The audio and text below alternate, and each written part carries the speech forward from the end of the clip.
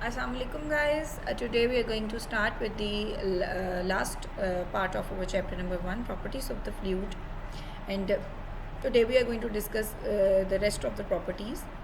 That may be the first one, surface tension. About the surface tension you may have discussed a lot in primary classes, but today we are going to be discussed and we are going to solve certain numerical problems also. So what surface tension is in a fluid?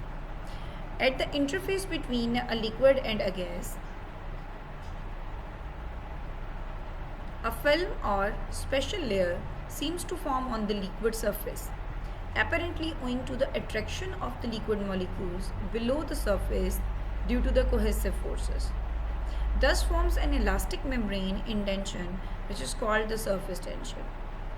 First of all, you must have an understanding of the surface tension, how it is going to be formed at the upper layer of any liquid that may be closed in a container, that is going to be kept that liquid in a closed container, or that is flowing in a closed vessel, or it is just flowing in an open channel. For each and every type of the flowing conditions or at rest, we can see and we can observe a layer or a membrane just at the top surface of the liquid, any type of the liquid. That is going to be called as surface tension. How it is going to be formed? Physically, if you are going to be observe any liquid, depending upon the forces acting on that one particular molecule of the liquid containing in a vessel. So we can see that all of the molecules, those are a part of the liquid inside of it, other than the top membrane, those are going to be forced or going to be implemented by the forces from all around. Whatever the force is going to be acting in right direction, it is similar to make this molecule in a balanced position. It is that is in the same magnitude but in opposite direction on the left hand side. Similarly, inclinedly and top and bottom. So if we are going to be consider a molecule as a sphere then or a circular one, so from all of the direction in 3D, all of the forces are going to be balanced each other. And finally, our molecule inside of the liquid is in balanced condition. But if we talk about the molecules, those are just at the top surface, lying on the top surface. Those molecules are going to be affected by the forces, like in right direction, those can be balanced from the forces acting in left direction. But what about the forces? Those are acting downward, inclinedly, or just at the 90 degree of the top surface, okay, or at a certain angle from the top surface. So these forces, those are making a certain angle with the top surface, and those are just inclined to the top surface. Those are not going to be having any balancing force on the other side, okay. So due to this, those forces in the down going to be tends to pull that particular molecule in the downward direction. And if we are going to be implement this condition of the balancing, or you can say imbalancing, sorry, for all of the molecules present on the top surface, then we will see a particular and continuous tension on the top surface. So that stretch and that extensions, or these type of the tension, due to the cohesive forces applied by the forces acting downward on these molecules, and those are unable to be balanced by the forces on the other side of the molecule. So we are going to be having that stretched condition of that particular screen or the film of the liquid on the top surface due to these imbalancing of the molecules present on the top layer. This particular type of the stretching is going to be called as surface tension. This value of the surface tension for any type of the liquid is constant at any given temperature for the surface of separation of two particular substances. You may have two different liquids flowing on each other. You may have a solid contact with the liquid. You may have a gas contact with the liquid. For all of the gases, other than the resistance between the inner layers, you may have to be overcome this resistance present on the surface tension at the top layer to just give the flowing condition of the liquid. So in this particular case, we can say if the temperature is constant throughout the system and throughout the flowing condition, then our surface tension will remain constant. But if the temperature is going to be increased, then surface tension is going to be decreased. So how it happens? If the temperature is going to be increased, then due to the increasing temperature, the kinetic energy of these molecules present on the top surface is also going to be increased. And due to this imbalancing, this tensile forces are also going to be, or these cohesive forces, those tends to pull this molecule downward, is also going to be disturbed. And another extra forces due to the kinetic energy of the molecule is going to be imparted in this particular molecule, and due to this tension is going to be decreased.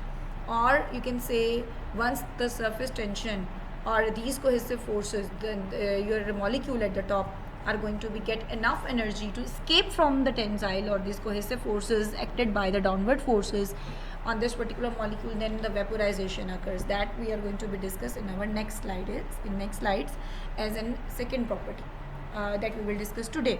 Okay, so once the energy of the molecule is same as the energy of the molecules of the other part of the liquid, so then only this cohesive force, or this tension on the upper surface, will be due to the cohesive forces due to this downward acting forces. But once this molecule gets certain energy, so like kinetic energy due to increase in temperature, then it tends to escape from this this outer surface. So that is going to be not equal to the tension or the forces equal to the other molecules. So we are going to say that if we are going to increase the temperature, then it is going to decrease the surface tension. It is the force. Now like analytically, how we are going to be define our surface tension. It is the force required to maintain the unit length of the film in equilibrium. The magnitude of this force will be same as the surface energy per unit area. So if you are going to be calculate the energy at the surface, at the top surface of the liquid, and you are going to be considering it acting on a unit area of this liquid, then it will be the surface tension.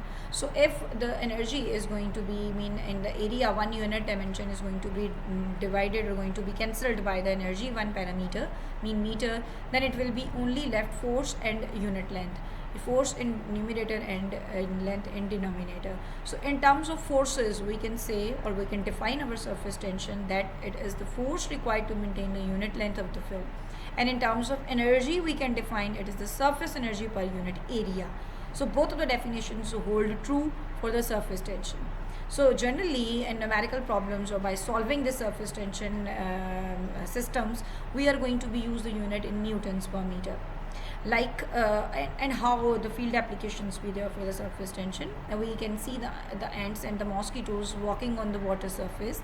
We can see the floating of a needle on the surface of the liquid, and we can use in the soap and detergents or the washing with the hot water loads the surface tension.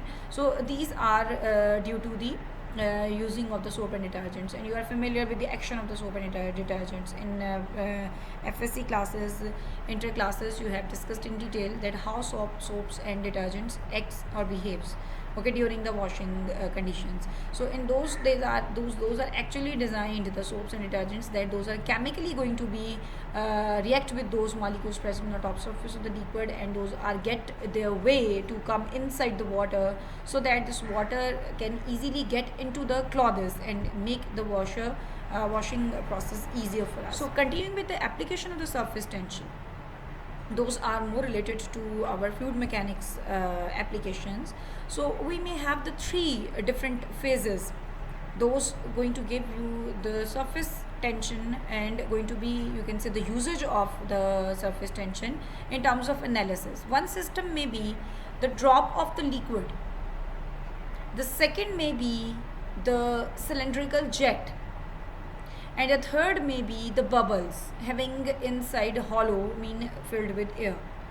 These 3 systems, those are going to be called as the fluid systems, in which the surface tension is very dominant, and all of the analysis is carried out by calculating the surface tension outside of these systems. So the first of all, we can say the drop of the liquid that tends to take a spherical shape in order to minimize the surface area.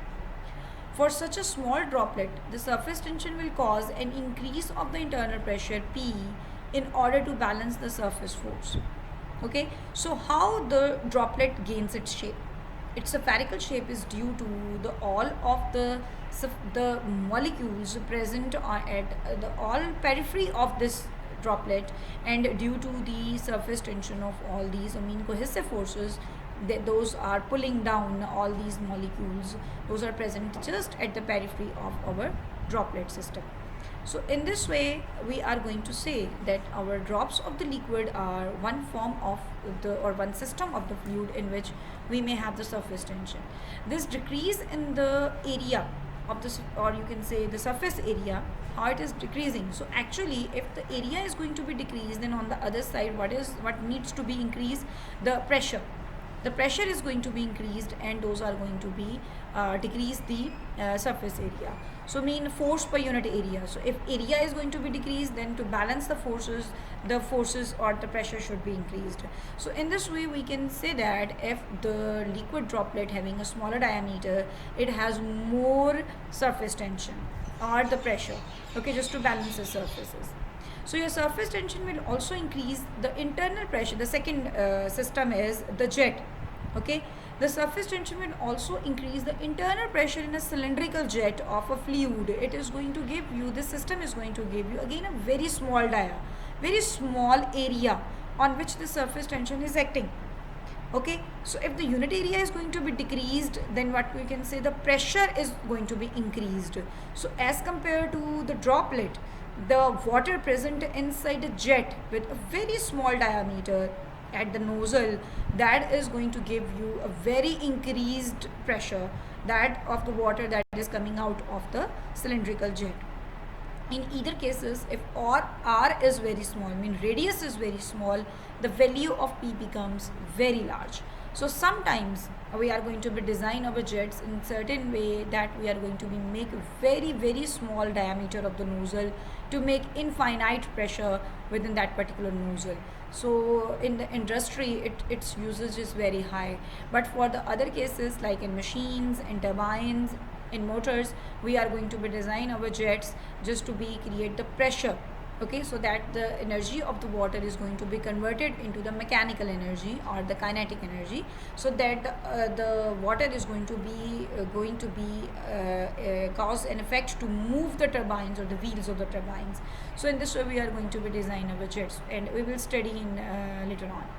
For the small bubbles in a liquid, if this pressure is, now the third system we are going to be study, that if small bubble in a liquid, if this pressure is greater than the pressure of the vapor, a gas in the bubble will collapse. So how the balance in for the bubble, any soap bubble or any bubble that is within the water is going to be generated? If how it is going to be generated? If the pressure of the water inside the air bubble is going to be balanced with the pressure of the liquid outside.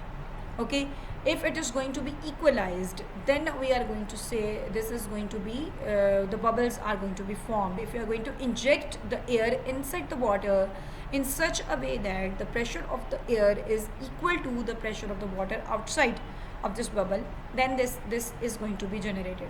But if the reverse case be there, mean the imbalance is there, the pressure of the vapor or the gas in the bubble will be greater than the bubble, the water pressure, the liquid pressure, then it is going to be collapse. So in equilibrium, you can see and you will observe this, you can say the happening of the system when the bubbles are going to be formed within the liquid. Okay, so this is the droplet situation. So if the liquid droplet is going to be formed, so for that we have this equation for our equalized system. So P is equal to 4 sigma over.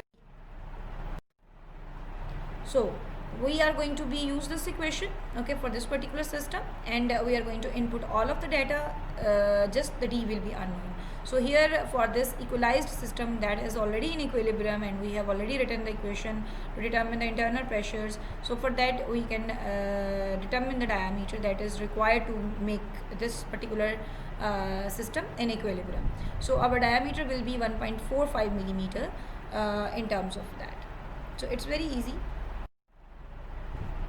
Now problem number 9, again you need to here find out the surface tension in a soap bubble. So now the system is going to be changed. We have the second system in which the bubbles are going to be formed. So for that, equation of course is going to be changed. So for the surface tension we need to determine. Now sigma is the required one parameter, and diameter is given, that is 40 millimeter diameter, and inside pressure is also given, small p value, that is 2.5 Newton per meter square above the atmospheric pressure. So we have the diameter converted in with the consistent unit SI, 14 to 10 raised to power minus 3 meters. Pressure inside, excess of outside, that is actually inside, that is 2.5 Newton per meter square. So if you are going to be see this statement, in excess of outside or inside, it have the same meaning. Okay, so whatever the pressure in excess to the outside is there, that is equal to the inside pressure actually. So both of the terms are going to be used alternatively. For a soap bubble, using the equation 8 sigma by d. Okay, so I have told you that for the soap bubble condition, the corresponding equations that we have derived earlier, that is going to be changed. It will be 2 times of the system in which the liquid droplets be there. So now 4 sigma over d we are not going to be used for the soap bubbles, we are going to be used 8 sigma over d. So here we are going to input all of the values other than the surface tension, that is a required parameter. So surface tension is going to be determined in terms of by inputting all of the values, and you are getting 0.0125 Newton per meter. Now if we talk about problem number 10, okay, so here we have the pressure outside the droplet of the water of diameter 0.04 millimeter is 10.32 Newton per centimeter square. So here excess is not given, just the outside is given. Okay, certain pressure that is going to be generated outside a system, that is going to be give you a value equal to including the surface tension, and then that particular tension is going to be, or pressure is going to be generated inside. So I have told you in the previous slide, if we talk about the inside pressure, okay, and the excess outside pressure, okay, that will be the same. So here in the statement, the excess outside pressure is not given, only the pressure outside the droplet of the water is given, that is 10.32 Newton per centimeter square. That is atmospheric pressure. And what you need to calculate, you need to calculate the pressure within the droplet if surface tension is given 0.0725 Newton per meter. Okay, so you need to calculate the pressure that is inside the droplet. Okay, so for inside the droplet, what you need to determine or what is, you can say, will be the total inside will be the outside pressure and in excess to that. Okay, how we will do that, we will discuss. First of all, we write the input data. Diameter is given, that is 0.04 millimeter. Then the pressure outside the droplet is given, that is 10.32 into 10 raised to power 4. Keep this pressure with you, it is not small p. Okay, I have told you that this just the pressure outside the droplet is not equal to the inside of it. The factor due to the surface tension is going to be included into the outside pressure. Okay, and it will be going to balance by the inside pressure. So your actually inside pressure will be equal to the outside pressure in excess to that. Okay, so certain excess value is going to be added into the outside pressure, that is going to give you the inside one. Okay, so your surface tension is directly given, that is 0.0725 Newton per meter. So the pressure inside the droplet in excess of the outside pressure is given by the equation. So inside pressure we can calculate by using the equation we have derived earlier. This is the droplet, liquid droplet, so it's mean our equation will be 4 sigma over d. So this pressure small p that we will calculate, it is the inside pressure. Okay, and the pressure inside the droplet, that is in excess of outside pressure. Okay, that we can calculate directly by using the equation. That will be equal to 0.725 Newton per centimeter square. Now we are required pressure inside the droplet including the excess part, so that will be the small p plus pressure outside the droplet. Okay, so we are going to be adding both of these two factors, that will be equal to pressure inside the droplet. I have told you that whatever the pressure is generating inside the droplet, that will be equal to the pressure inside the droplet and outside of it. So both of the factors you need to add up to give actual pressure in excess within the droplet. So it will be 0.725 plus 10.32. Both of the pressures you need to be summed up, and then you are getting the final answer. Okay.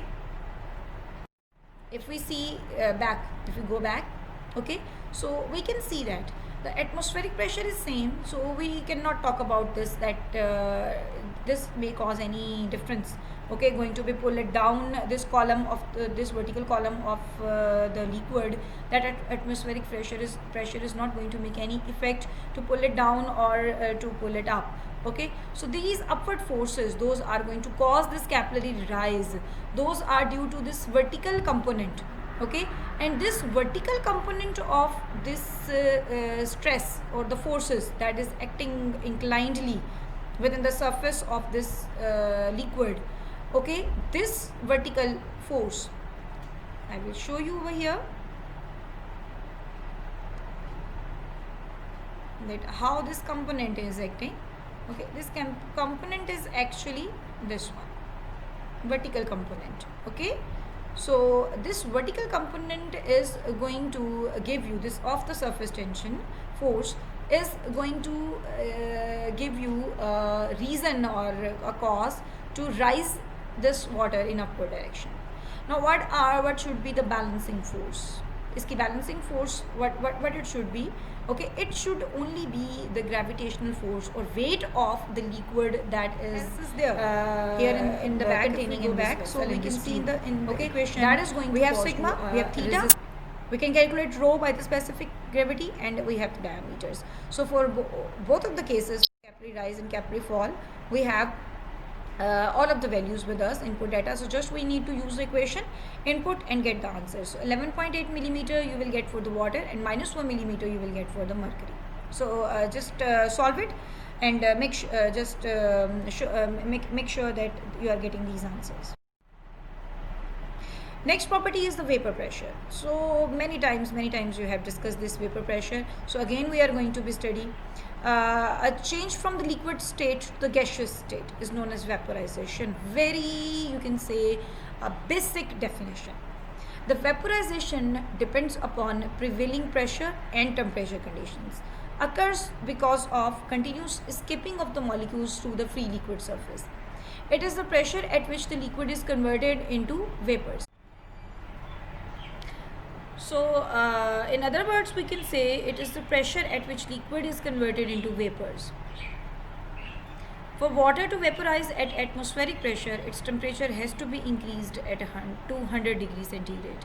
So that is obvious. So if you are not going to be play with the pressure, atmospheric pressure, mean any kind of the pressure that is exerting on the surface of the liquid, then you need to be keep consistent with the temperature. Okay, so if you are keeping constant to your pressure, like atmospheric pressure, any other pressure, and for specifically for the atmospheric pressure, the temperature at which your liquid, or you mean water, is going to be vaporized, it will be 100 degrees centigrade, and that value will be different for the different type of the liquids. If the pressure is reduced such that it becomes equal or less than the vapor pressure, the boiling will start at ordinary lower temperature. So that is another fact, okay, that you must be known with, that your pressure is reduced such that it becomes equal or less than the vapor pressure, atmospheric pressure mean, then your boiling is going to be start for certain type of the liquid at the lower temperature. So here if you have a closed vessel and the water is going to be kept inside this particular vessel and it is going to be heated, okay, so this is going to give you the more kinetic energy for the molecules.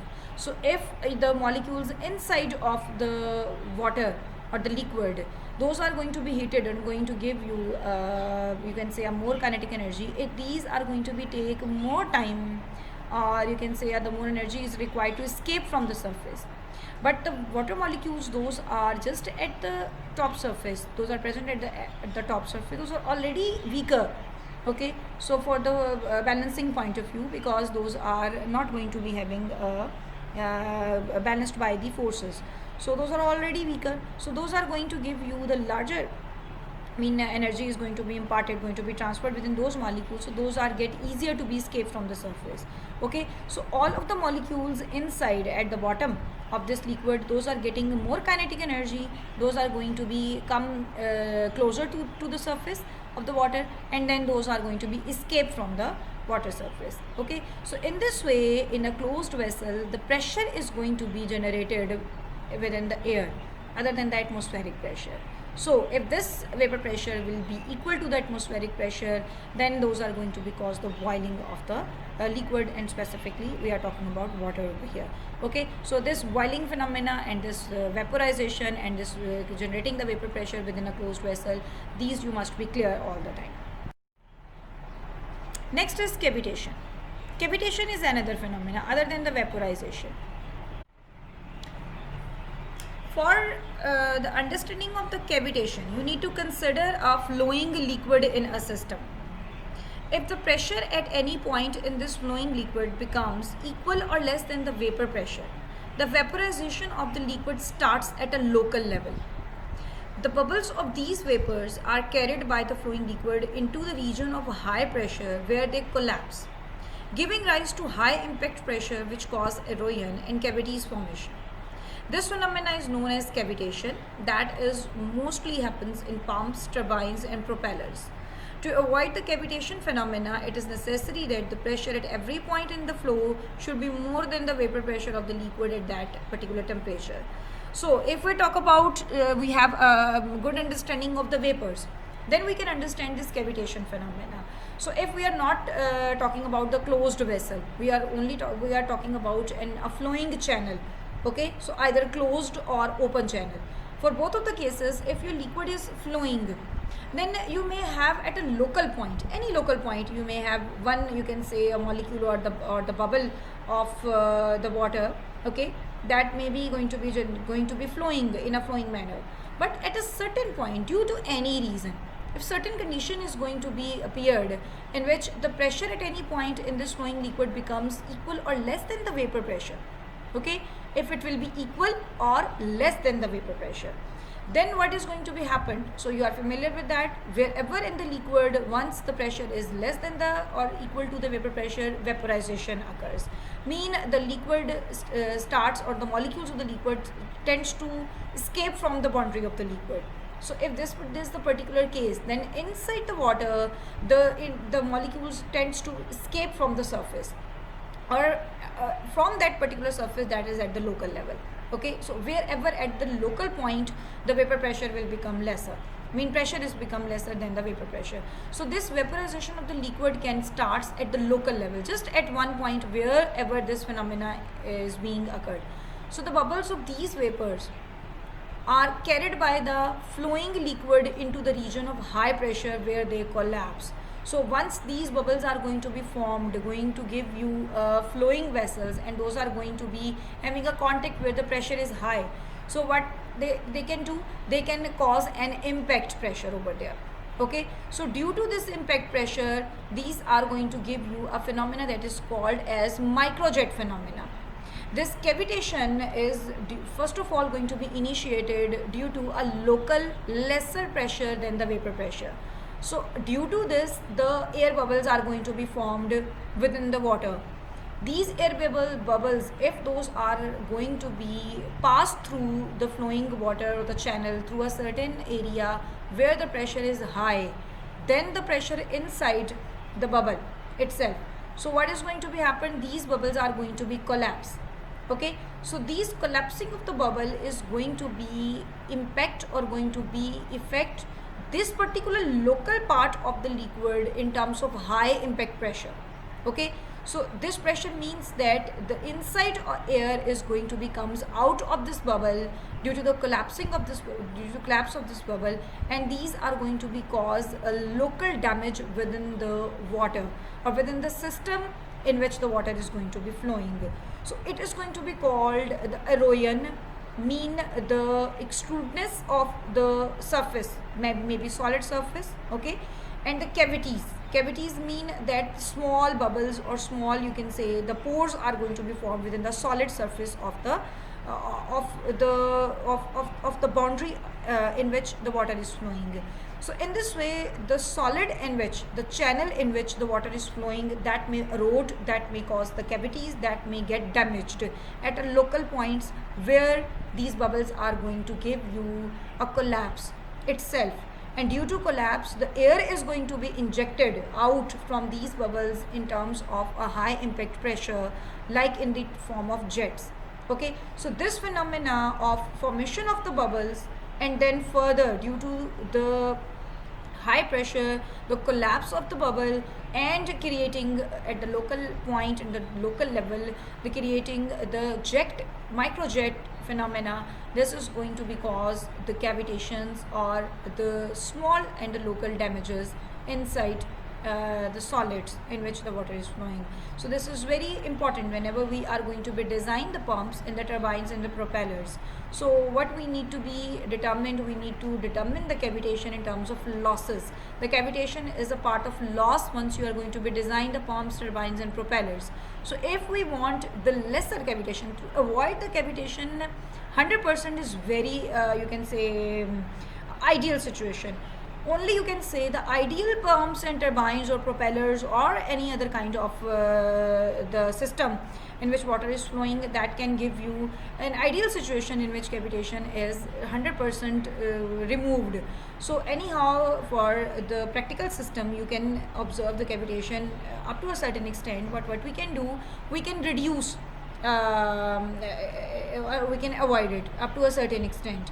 So for that particular case, it is necessary that the pressure at every point in the flow should be more than the vapor pressure of the liquid at that temperature. So whatever the temperature, first of all it should be maintained, and whatever the vapor pressure, you need to determine it before the design of that particular vessel. Okay, and then you need to be make sure that the during the flow of the water, the at any point the vapor pressure should not be less than the pressure of the liquid, because this is the first step towards the cavitation. The first step is that you are going to be form the bubbles inside the water and liquid, and then second step is it is going to encountered the area where the high pressures will be there, and the third step is it is going to be make the microjet, mean it is going to be collapsed, and then the damages are going to be occurred. So if we are going to avoid the first step, then the cavitation can be avoided, can be reduced. So here you can see the wheel of one turbine. Okay, so in this particular case you can see this wheel of the turbine is going to be damaged over here. This is due to the cavitation process. Here you can see, okay, at the top, at the just at that particular top, you can see the more damage as compared to this surface. So this surface is seen to be damaged due to cavitation. This surface is damaged due to cavitation, and here also in this wheel you can also see that upper part. Okay, so if we are going to be are going to be take out the wheel of the turbine after a certain duration, then we can see this cavitation. So it can damage permanently the wheels of the turbine, and also the other parts of the turbine where this phenomena of the cavitation occurs. So we need to avoid this cavitation during the design of a certain propellers or certain. And second domain is in terms of volumes. Okay, original volume and change in volume. Original mass density and change in the mass density. So whatever the input data is or the system is given to you, according to that you can use both of the domains. Okay, so and you can get your output answer as well. Bulk model. The numerical problems of the bulk modulus we are not going to be discussing over here in recorded lecture or either in online sessions. You will be given with an assignment at the end of these two lectures or by the end of this week for the chapter number 1.